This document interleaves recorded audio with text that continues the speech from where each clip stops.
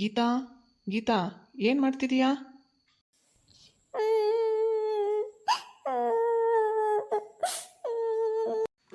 ಏ ಗೀತಾ, ಯಾಕೆ ಹೇಳ್ತಿದೀಯಾ? ಏನಾಯ್ತು ನಿನಗೆ? ಎದ್ದಳ ಮೇಲೆ. ಯಾಕ, ಏನಾಯ್ತು ನಿನಗೆ? ಅಳ ಅಂಥದ್ದು ಏನಾಗೈತಿ ನಿನಗೆ? ಏನಾಯ್ತು ಹೇಳ? ಯಾಕೆ ಹಂಗೆ ಹೇಳ್ತೀಯ? ಮೊದಲು ಅಳೋದು ನಿಲ್ಲಿಸು.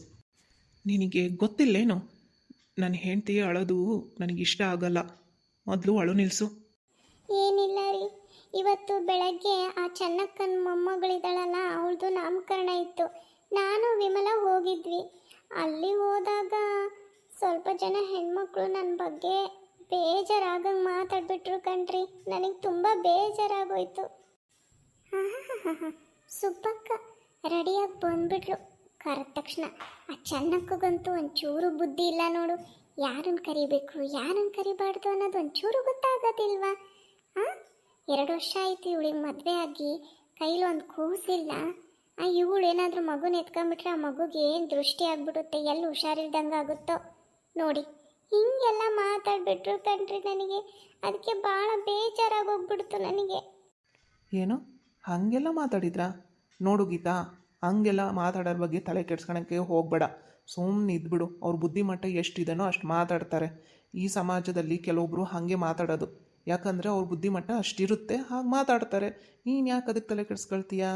ಊಟ ಮಾಡಿದ್ರೂ ಕಷ್ಟ, ಉಪವಾಸ ಇದ್ದರೂ ಕಷ್ಟ, ಮದುವೆ ಆಗದೆ ಇದ್ದರೆ ಮದುವೆ ಆಗಿಲ್ಲ ಅಂತ ಮಾತಾಡ್ತಾರೆ. ಅಕಸ್ಮಾತ್ ಮಕ್ಕಳಾಗಿಲ್ಲ ಅಂದರೆ ಮಕ್ಕಳಾಗಿಲ್ಲ ಅಂತ ಮಾತಾಡ್ತಾರೆ. ಒಂದೇ ಮಗು ಇತ್ತು ಅಂದರೆ ಇವನು ಬರೋ ಒಂದೇ ಮಗು ಹುಡ್ಸ್ಬಿಟ್ಟಾನ ಅಂತಾರೆ. ಹೀಗೆ ಮಾತಾಡ್ತಾರೆ. ಯಾಕೆ ತಲೆ ಕೆಡ್ಸ್ಕಂತಿ? ನಾನಿದ್ದೀನಿ, ಯೋಚನೆ ಮಾಡಬೇಡ. ಮಕ್ಕಳ ಬಗ್ಗೆ ಅಷ್ಟೊಂದು ತಲೆ ಕೆಡ್ಸ್ಕೋಬೇಡ. ನಮಗೂ ಮಕ್ಕಳು ಹಾಗೇ ಆಗ್ತವೆ. ದೇವರು ಕೊಟ್ಟು ನೋಡ್ತಾನೆ, ಕಸ್ಕೊಂಡು ನೋಡ್ತಾನೆ. ಹಾಗೆ ನಮ್ಮ ತಾಳ್ಮೆನೂ ಕೂಡ ಪರೀಕ್ಷೆ ಮಾಡ್ತಾನೆ. ಇದು ನೆನಪಿರಲಿ ನಿನಗೆ ಗೀತಾ. ನೋಡು ಗೀತಾ, ನಮ್ಮ ಮದುವೆ ಆಗಿ ಇನ್ನು 2 ವರ್ಷ ಆಗೈತೆ. ಏನು 10 ವರ್ಷ ಗಂಟ್ಲೆ ಏನಾಗಿಲ್ಲ. ಅಷ್ಟೊಂದು ನೀನು ತಲೆ ಕೆಡ್ಸ್ಕೊಳ್ಳೋ ಅವಶ್ಯಕತೆ ಇಲ್ಲ. ಹೋಗಿ ಊಟಕ್ಕೆ ತಗೊಂಡು ಬಾ. ನೆಮ್ಮದಿಯಿಂದ, ಧೈರ್ಯದಿಂದ, ತಾಳ್ಮೆಯಿಂದ ಇರು. ಭಗವಂತ ಕೊಡ್ತಾನೆ. ಸರಿ ಕಣ್ರಿ. ಇವಾಗಲಾರು ಒಂಚೂರು ನಗ ಮಾರಯ್ಯ. ಅಯ್ಯ ನಗ ಮಾರಯ್ಯ. ನನ್ನ ಹೆಂಡತಿ ಸುರಸುಂದರಿ, ಚಲುವೆ. ನಾನು ನೋಡು ಡ್ರಮ್ ಇದ್ದಂಗಿದ್ದೀನಿ.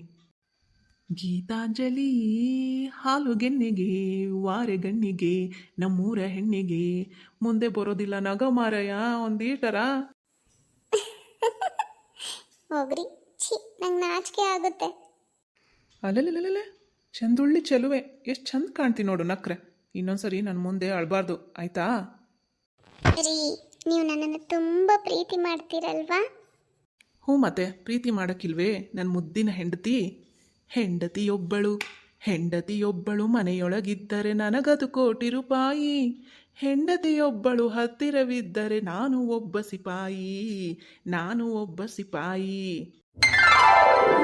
ಪ್ಲೀಸ್ ಫ್ರೆಂಡ್ಸ್, ನನ್ನ ಚಾನಲ್ನ ಸಬ್ಸ್ಕ್ರೈಬ್ ಮಾಡ್ಕೊಳ್ಳಿ, ಲೈಕ್ ಮಾಡಿ, ಕಮೆಂಟ್ ಮಾಡಿ.